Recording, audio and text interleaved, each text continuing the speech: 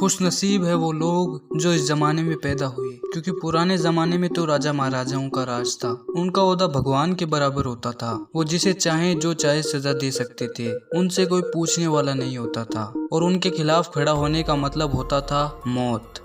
मैं हर राजा को बुरा नहीं कह रहा हूँ, लेकिन क्या है कि भारत के बाहर और भारत के अंदर दोनों जगह ऐसे कई राजा हुए हैं जिनके द्वारा दी जाने वाली सजाओं को हम और आप इमेजिन भी नहीं कर सकते हैं। लोग कहते हैं कि मरने के बाद बुरा काम करने वाला नर्क में जाता है, लेकिन कई ऐसे लोग हैं जिन्होंने धरती पर ही नर्क का सामना किया है। तो गाइस, स्वागत है आपका फैक्ट्स का हिंदी के एक और नए वीडियो में। ये वर्स्ट पनिशमेंट का मेरा सेकंड वीडियो है। पुराने वीडियो ने इस छोटे से चैनल पर बहुत अच्छा परफॉर्म किया और मुझे लगता है कि लोगों को इस तरह के वीडियोस पसंद आते हैं, इसलिए दूसरा वीडियो बना रहा हूँ। चैनल को सब्सक्राइब नहीं किया तो जरूर कर लें। शुरू करने से पहले एक वार्निंग, कमजोर दिल वाले ना देखें।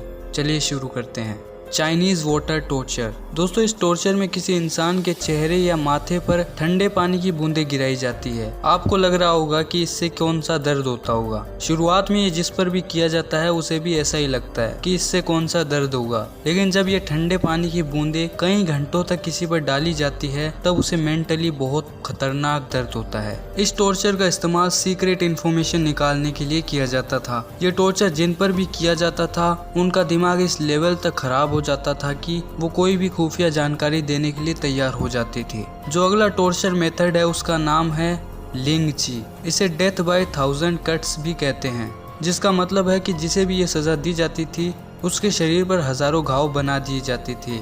उन्हें हजारों जगहों से काटा जाता था और यहाँ तक भी कहा जाता है कि विक्टिम पर 3000 कट्स लगाए जाते थे। दोस्तों, अगर हमारे शरीर पर थोड़ी सी चोट लग जाए तो हमें कितना दर्द होता है। हम उसे जल्दी से जल्दी ठीक करना चाहते हैं जिससे दर्द ना हो, लेकिन इस सजा में तो आपके शरीर पर ऐसे हजारों घाव दिए जाते हैं, तो सोचिए कितना दर्द होता होगा। और इस सजा की एक और खास बात या बुरी बात कह लो कि इसमें मुजरिम जल्दी नहीं मरता, बल्कि दर्द से तड़प कर मर जाता है। ये सजा चाइना में 1100 साल पहले दी जाती थी, जिसे 1905 में बंद कर दिया गया। दोस्तों, ऐसी दर्दनाक सजाएं हमारे स्वतंत्रता सेनानियों को भी अंग्रेजों द्वारा दी जाती थी। इस खतरनाक सजा का नाम था सेलुलर जेल, जिसे काला पानी की सजा भी कहा जाता था। ये जेल होती थी जहां पर अंग्रेजों द्वारा हर तरह के टॉर्चर हमारे फ्रीडम फाइटर्स पे किए जाते थे। किस लिए किए जाते थे? क्योंकि उन्होंने अपने देश को आज़ाद कराने के लिए आवाज़ उठाई और देश को आज़ाद कराने का सपना देखा। देश के हजारों आज़ादी के लिए लड़ने वालों को यहाँ पर टॉर्चर किया जाता था। अब किस तरह का टॉर्चर उन पर किया जाता था वो अब मैं आपको बताता हूँ, आपकी रूह कांप जाएगी। सेलुलर जेल अंडमान द्वीप पर मौजूद है।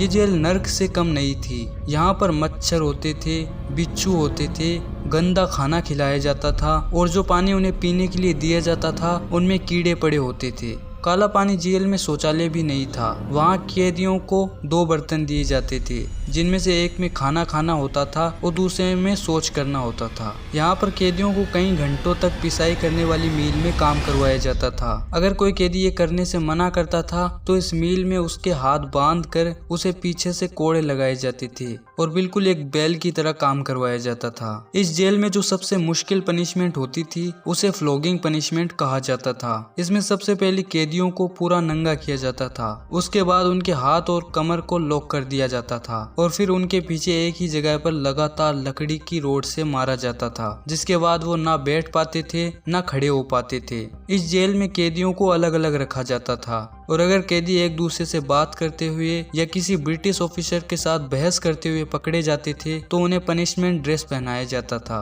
पनिशमेंट ड्रेस पहनने से इन्हें खुजली, एलर्जी और स्किन से जुड़ी बीमारियां हो जाती थी। यहाँ पर कैदियों को 3 तरह की बेड़ियां पहनाई जाती थी। इसमें पहली बेड़ी चेन की बनी होती थी। दूसरी जो बेड़ी होती थी उसमें चेन की जगह पर एक लोहे की रोड होती थी, जिसकी वजह से वो बैठ नहीं पाते थे, मतलब उन्हें खड़ा ही रहना पड़ता था। जो तीसरी किस्म की बेड़ी थी इसमें भी लोहे की रोड होती थी, लेकिन इसमें 2 रोड होती थी, जिसके कारण वो बैठ भी नहीं सकते थे और अपने दोनों पैरों को पास भी नहीं ला सकते थे। अब आप समझ सकते हो कि यहाँ पर किस लेवल का टॉर्चर होता था। तो चलिए नेक्स्ट पनिशमेंट देखते हैं, ब्लड ईगल। ये पनिशमेंट वाइकिंग द्वारा दी जाती थी। अब वाइकिंग कौन है? वाइकिंग स्कैंडिनेविया, जो आज स्वीडन, नॉर्वे, फिनलैंड और डेनमार्क देशों के नाम से जाने जाते हैं, वहाँ पर रहने वाले पायरेट्स थे जो ट्रेडर्स थे और कई जगहों पर हमला करके वहां पर जाकर बस जाते थे। तो ये लोग इस ब्लड ईगल पनिशमेंट को देते थे। इसमें मुजरिम के कपड़े उतार कर उसे उल्टा लेटा दिया जाता था और उसके बाद उसे बांध दिया जाता था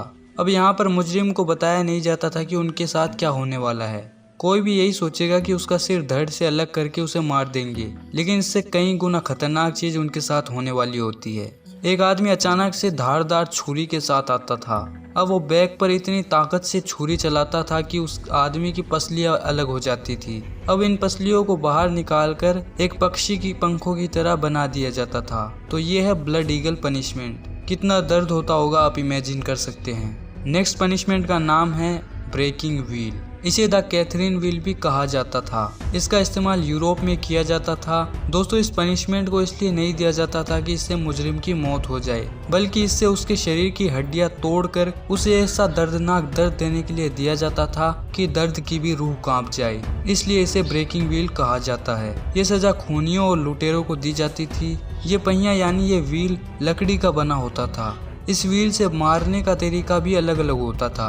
कई बार मुजरिम को इसमें इस तरीके से बांध कर टॉर्चर किया जाता था। कुछ में उसे पहिए से बांधकर पहिए को रोल किया जाता था, वो भी पहाड़ी इलाकों में, जिससे उनकी एक एक हड्डियां टूटने का दर्द वो महसूस कर सकें। और कई बार इस पहिए पर लेट आकर हथौड़े से मार मार कर उसकी सारी हड्डियां एक एक करके तोड़ दी जाती थी।